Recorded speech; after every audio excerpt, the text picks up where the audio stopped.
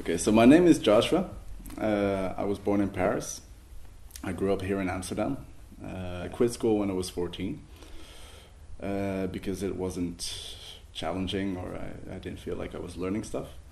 I traveled a lot. I learned, I now speak a total of 5 languages fluently and 2 other languages.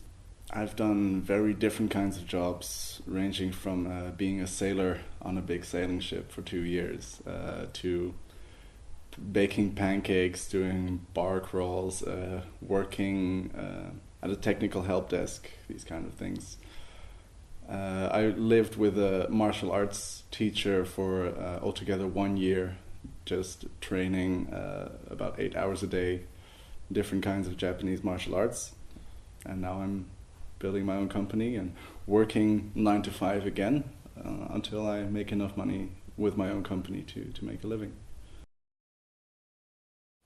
I think it's funny actually, because we say it's alternative education, but Knowmads is really education in the traditional meaning of the word, where it's, according to the Greek meaning of it, it's to turn idiots into civilians, where idiot is the word for anyone who isn't aware, and a civilian is someone who is aware of their strengths and of their value and is capable of contributing that to a larger whole.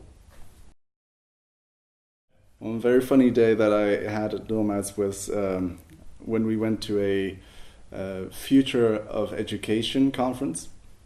There were a lot of ideas. There was an open space session organized, and I partook in this brainstorming session about let's do a flash mob for the future of education, with the theme being invisible learning, where in the end we had all the members of that conference lined up, going through the rival school across the street, blindfolded with toilet paper, to symbolize invisible learning. What I did after Knowmads is to found a company with some friends.